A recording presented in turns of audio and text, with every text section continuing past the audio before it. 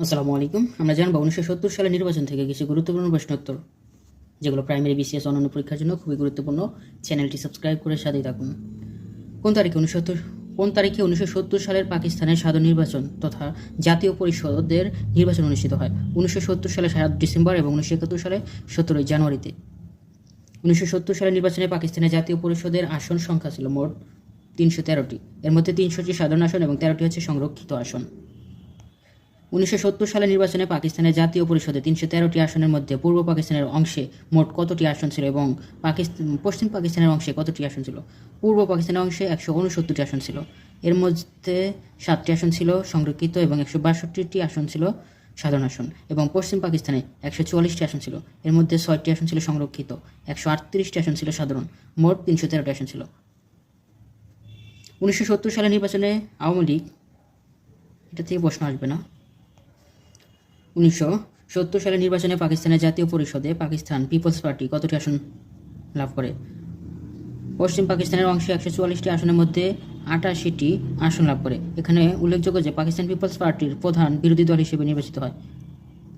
1970 সালের নির্বাচনে আওয়ামী লীগের নির্বাচনী প্রতীক নো নিডস। পাকিস্তানের প্রথম সাধারণ নির্বাচনে কতটি রাজনৈতিক দল অংশগ্রহণ করেছিল? 24টি দল। 1970 সালের নির্বাচনের সময় পাকিস্তানের প্রধান নির্বাচন কমিশনার ছিলেন বিচারপতি আব্দুস সাত্তার।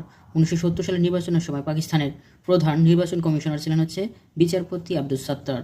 1970 সালের নির্বাচনের পূর্ব পাকিস্তানের প্রাদেশিক পরিষদে মোট আসন সংখ্যা ছিল 310টি। এর মধ্যে 300টি সাধারণ আসন এবং 10টি হচ্ছে সংরক্ষিত মহিলা আসন। 1970 সালের নির্বাচনে পূর্ব পাকিস্তানের প্রাদেশিক পরিষদে নির্বাচনে আওয়ামী লীগ। বাংলাদেশের মহান মুক্তিযুদ্ধে প্রধান সেনাপতি বা সামরিক বাহিনী প্রধান ছিলেন এম.এ.জি. ওসমানী। বাংলাদেশের মহান মুক্তিযুদ্ধে উপপ্রধান সেনাপতি ছিলেন এ.কে. খন্দকার। বাংলাদেশের মহান মুক্তিযুদ্ধে বিমান বাহিনীর প্রধান ছিলেন এ.কে. খন্দকার। বাংলাদেশ মহান মুক্তিযুদ্ধে চিফ অফ স্টাফ ছিলেন কর্নেল এম.এ. রব। 1971 সালে বাংলাদেশের মহান মুক্তিযুদ্ধের সময় পাকিস্তানের সেনাবাহিনী প্রধান ছিলেন জেনারেল হামিদ খান। 1971 সালে বাংলাদেশের মহান মুক্তিযুদ্ধের সময় পূর্ব পাকিস্তান তথা ইস্টার্ন অঞ্চলের প্রধান ছিলেন আমির আবদুল্লাহ খান নিয়াজি।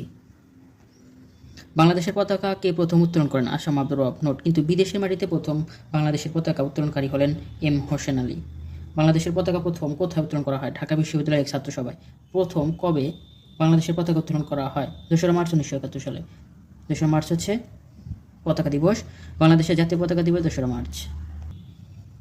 কবে কোথায় স্বাধীনতার ইশতেহার পাঠ করা হয়? 3রা মার্চ 1971 সালে পল্টনে স্বাধীনতার ইশতেহার পাঠ করা হয়। 1971 সালের কোন তারিখে